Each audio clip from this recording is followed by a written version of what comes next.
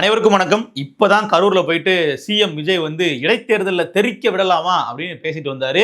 அதை கேட்ட உயர்நீதிமன்றம் உடனே தெறிக்க விட்டாங்க. இடைத்தேர்தல் நடத்துறதுக்கே தடை. திருச்சி கிழக்கு, கரூர், விராலிமலை, பெருந்துறை, அம்பாசமுத்திரம் ஆகிய 5 தொகுதிகளுக்கு இடைத்தேர்தல் நடத்தக்கூடாது அப்படின்னு சொல்லி தேர்தல் ஆணையத்திற்கு தீர்ப்பு கொடுத்திருக்கிறாங்க உயர்நீதிமன்றம். ஸோ என்ன அப்படின்னா, பதவியை ராஜினாமா பண்ணிட்டு தாவேக்காவுக்கு போன எல்லாருமே ஒரு பதற்றத்தில் இருக்காங்க.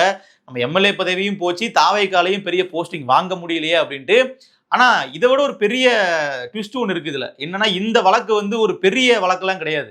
இது கிட்டத்தட்ட திருநெல்வேலியில இருந்து வெங்கடாச்சலபதி அப்படிங்கிற ஒரு நபர் தாக்கல் பண்ண பொதுநல வழக்கு தான். அது என்ன அடிப்படையில் தாக்கல் பண்ணியிருக்காருன்னு பாத்தீங்கன்னா, இந்த 5 தொகுதிகளிலுமே திருச்சி கிழக்குல இருந்து அம்பாசமுத்திரம் வரைக்கும் இந்த 5 தொகுதிகளிலுமே வந்து பாத்தீங்கன்னா, தோல்வியடைந்த வேட்பாளர்கள் வெற்றி பெற்ற எம்எல்ஏவினுடைய வெற்றி செல்லாது, நாங்க தான் ஜெயிச்சவங்க அப்படின்னு சொல்லி கிளைம் பண்றாங்க. அப்போ ஒருவேளை இடைத்தேர்தல் நடத்தி இன்னொரு எம்எல்ஏ தேர்ந்தெடுக்கப்பட்டால், இவர் ஏற்கனவே தோல்வியடைந்த வேட்பாளர்கள் தாக்கல் பண்ண வழக்கிலையும் இவர்களுக்கு சாதகமாக தீர்ப்பு வந்தா 2 எம்எல்ஏக்கள் இருக்கிறதா கணக்காயிரும். அதனால இந்த வழக்குகள் முடிகிற வரைக்கும், தேர்தல் வழக்குகள் முடிகிற வரைக்கும் நீங்க இடைத்தேர்தல் அறிவிக்க கூடாது அப்படின்னு சொல்லி தாக்கல் பண்ண அந்த மனுவில் தான் வந்து பாத்தீங்கன்னா உயர்நீதிமன்றம் இப்படி ஒரு தீர்ப்பை கொடுத்துருக்காங்க. உயர்நீதிமன்ற தலைமை நீதிபதியே வந்து பாத்தீங்கன்னா இந்த வழக்கை விசாரணை பண்ணி தீர்ப்பை கொடுத்துருக்காரு. ஆனா இதை விட ஒரு பெரிய முக்கியமான வழக்கு பின்னாடிதான் வருது. என்ன அப்படின்னா, குதிரை பேரம் நடத்தியதாக குற்றம் சாட்டப்பட்ட வழக்கு.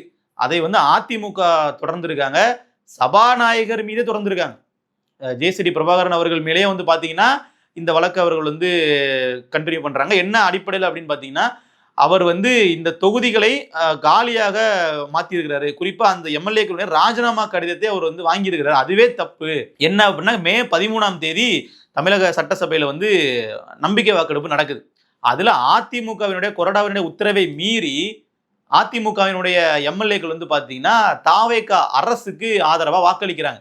இங்கேயே வந்து அவர்களினுடைய பதவியை நீங்க வந்து பறிக்கணும், அவர்கள் வந்து எங்களுடைய உத்தரவை மீறி செயல்பட்டிருக்காங்க அப்படின்னு சொல்லி அதிமுக தரப்புல இருந்து சபாநாயகருக்கு ஒரு மனு ஒன்று கொடுக்குறாங்க.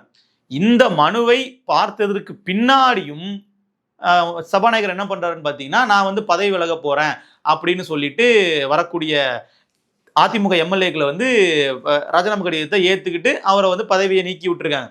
அப்ப என்ன அப்படின்னா, ஒரு விசாரணை கூட பண்ணல, குதிரை பேரம் நடக்குது, இவர்கள் வந்து திட்டமிட்டு எங்களுடைய எம்எல்ஏக்களை விலைக்கு வாங்கிட்டாங்க, இந்த எம்எல்ஏக்கள் எல்லாம் கட்சியினுடைய முடிவை மீறி வாக்களிச்சிருக்காங்கன்னு சொன்னதுக்கு பின்னாடியும், மே 13க்கு பின்னாடியே இந்த மனுவை தாக்கல் பண்ணிட்டாங்க. ஆனா அப்பெல்லாம் எதுவுமே பண்ணாம மே 25, மே 26 இந்த சமயங்கள்ல எல்லாம் தான் ராஜினாமா கடிதங்கள் அதிமுக எம்எல்ஏ கிட்ட இருந்து வருது. ஜெயக்குமார்ல இருந்து இசைக்கு சுப்பையா வரைக்கும் ராஜினாமா கடிதங்கள் கொடுக்குறாங்க சபாநாயகர்கிட்ட. அதை ஏற்றுக்கொள்றாரு. அதுவே தப்பு. ஏன்னா அதற்கு முன்னாடியே இவர்கள் வந்து குதிரை பேர் நடந்திருக்கிறதா இல்லையாங்கிற விசாரணைக்கு கூட அவர்கள் வந்து உட்படுத்தப்படல. சபாநாயகர் எங்கள் மனுவின் மீது எந்த நடவடிக்கையும் எடுக்காமல் அவர்களுடைய ராஜினாமா கடிதத்தை வாங்கியிருக்காரு அப்படிங்கிறதான் குற்றச்சாட்டு. ஏன்னா இப்ப ராஜினாமா பண்ண எம்எல்ஏக்கள் எல்லாருமே சட்டமன்றத்தில் தாவேக்காவுக்கு ஆதரவாக வாக்களித்தவர்கள். அப்ப அங்கேயே வந்து அவருக்கு ஒரு அஃபென்ஸ் இருக்கு. அவர்கள் பின்னாடி மன்னிப்பு கடிதம் வந்து கொடுத்துட்டு என்ன பண்ணாங்க அப்படின்னா, நாங்க இதுக்கப்புறம் இப்படிலாம் பண்ண மாட்டோம்னு சொல்லி சொன்னாங்க இல்லையா. அதாவது நான் சொல்றது விஜயபாஸ்கர் இருக்கட்டும், அதே மாதிரி MR Vijayabaskar, C and MR Vijayabaskar, இவர்கள் 2 பேருமே வந்து மன்னிப்பு கடிதம் கொடுத்துட்டு மறுபடியும் வந்து பதவி விலகி தாவேக்கால சேர்ந்திருக்காங்க. அவர்கள் சேர்ந்தது வந்து ஜூன் மாசம் தான். இருந்தாலும் வந்து பாத்தீங்கன்னா அங்கேயும் வந்து சில விதிமீறல்கள் நடந்திருக்கு.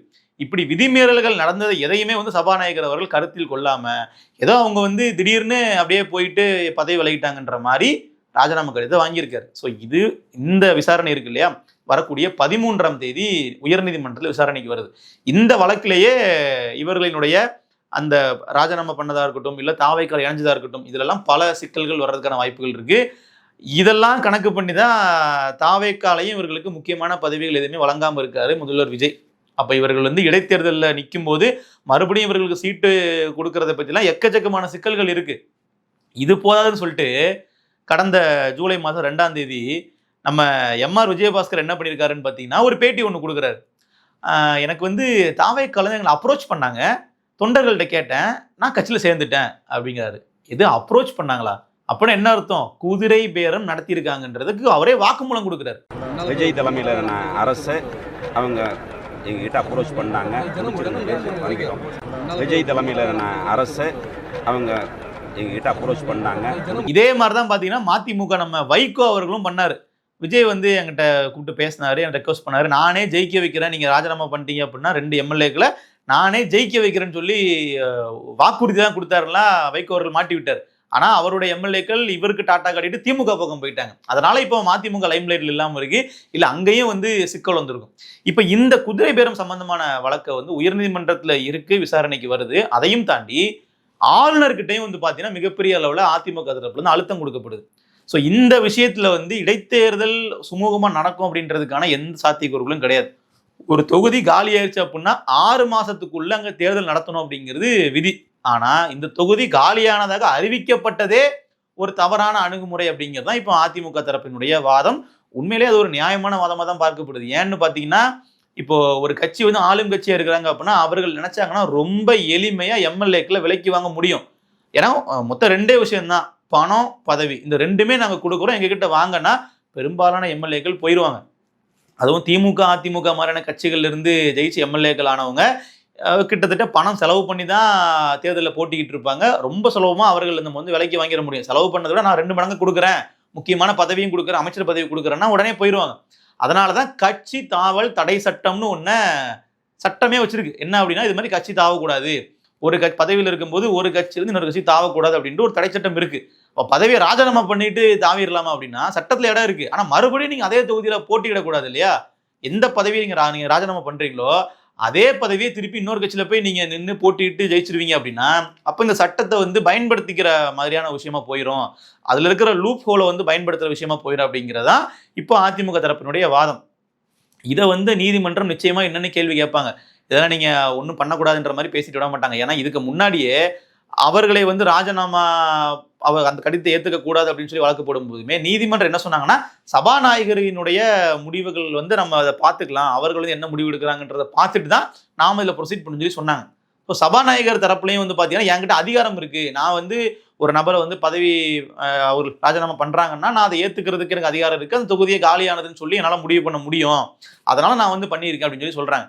ஆனா இது எல்லாத்துக்கு பின்னாடியும் இந்த குதிரை பேரம் இருக்கு அப்படிங்கிற அடிப்படையில ஆளுநர் வந்து பாத்தீங்கன்னா இவர்களுக்கு நாளைக்கு வந்து சில குடைச்சல்களை கொடுக்கறதுக்கான வாய்ப்புகள் இருக்கு. கண்டிப்பா பண்ணுவாங்க.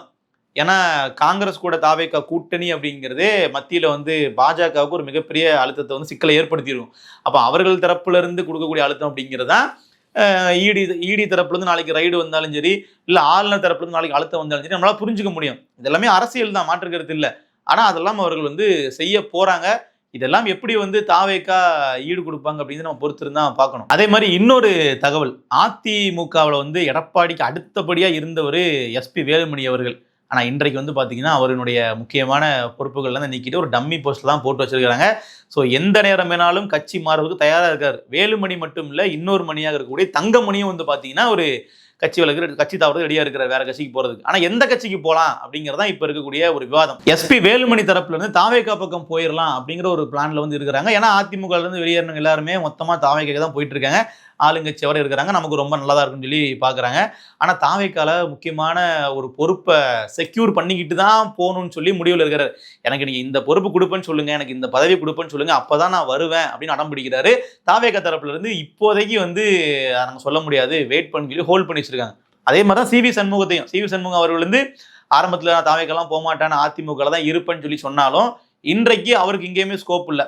எப்ப வந்து அதிமுக பொதுச்செயலாளர் எடப்பாடிக்கு எதிராக சட்டமன்றத்தில் வந்து வாக்களிக்கிற அளவுக்கு அவர்கள் முடிவு பண்ணிட்டாங்களோ அப்பவே அவர்களுடைய முக்கியமான பதவிகள்லாம் வந்து பறிக்கப்பட்டுருச்சு அதிமுகவுக்குள்ள. இன்றைக்கு அவர்கள் கட்சியில இருந்தாலுமே முன்னாடி இருந்த அந்த பவர் அவர்களுக்கு இல்லை கட்சிக்குள்ள. அதனால அவருமே வந்து தாவேகா பக்கம் போயிடலாம் அப்படிங்கிற ஒரு முடிவுல தான் வந்து இருக்கிறாரு. இந்த பக்கம் தங்கமணியை வந்து பாத்தீங்கன்னா அவர் வந்து எனக்கு தாவேகா வேண்டாம், ஏற்கனவே என்னோட ஜோன்ல அருண்ராஜ் அவர்கள் இங்க ஒரு அமைச்சராக இருக்கிறார், அவரை தாண்டி என்னால வளர முடியாது கட்சியில சேர்ந்தேன்னா, நான் அதனால பாஜக பக்கம் போயிடுறேன் அப்படின்னு சொல்லி அவர் பாஜகவுக்கு ஒரு ரூட் வந்து எடுக்கிறார். ஸோ தங்கமணி பாஜக, வேலுமணியும் சிவி சண்முகமும் வந்து தாவேகா பக்கம் போகலாம் அப்படின்னு திட்டத்தில் இருக்கிறாங்க. ஸோ இதெல்லாம் இன்னும் அடுத்தடுத்து வரக்கூடிய நாட்களில் நடக்கும். ஆனால் மிகப்பெரிய சிக்கலாக இருக்கிறது ஆளுநர் இந்த குதிரை பேரத்தின் மீது நடவடிக்கை எடுக்க தொடங்கினால் நிச்சயமா தாவேக்காவுக்கு ஒரு மிகப்பெரிய அழுத்தம் வந்து இருக்கும். அவர்களால் இயல்பா வந்து செயல்பட முடியாம கூட போகலாம். அதனாலேயே வந்து இப்போதைக்கு ரொம்ப அவசரமா வந்து எல்லா எம்எல்ஏக்களும் வாங்கன்னு சொல்லி தங்கள் பக்கம் இழுத்து போடாம கொஞ்சம் வெயிட் பண்ணிக்கிட்டு இருக்காங்க. அவர்களுக்கு பெரும்பான்மை கிடைக்கிற வரைக்கும் இந்த எம்எல்ஏக்கள் வேட்டை தொடரும்ங்கிற மாற்றுக்கிறது இல்லை. ஆனா சட்ட ரீதியில் சிக்கல் வந்தால் தாவேக்கா வந்து ஒரு பெரும்பான்மையோட ஆட்சியெல்லாம் நினைச்சுக்கிட்டு இருக்காங்களோ அந்த ஆட்சிக்கே வந்து பிரச்சனை வரக்கூடிய வகையில தான் இந்த குதிரை பேர பிரச்சனைய மத்திய அரசு நினைச்சா கொண்டு போகலாம், ஆளுநர் நினைச்சா கொண்டு போகலாம். ஸோ அதனால தான் வந்து இப்போ அவர்களே ரொம்ப ஒரு பதட்டத்தில் தான் இருக்கிறாங்க. நம்ம இதை பண்ணலாமா வேண்டாமா, அதிமுகலேருந்து வரக்கூடியவங்களுக்கு ஒரு கேட்டு போட்டு வச்சிருக்காங்க, நீங்கள் இப்போதைக்கு வராதீங்க, கொஞ்சம் வெயிட் பண்ணுங்கன்னு சொல்லி. ஸோ பொறுத்திருந்து பார்ப்போம் என்னென்ன மாதிரியான மாற்றங்கள் நடக்குது அப்படின்னு சொல்லிட்டு. நன்றி.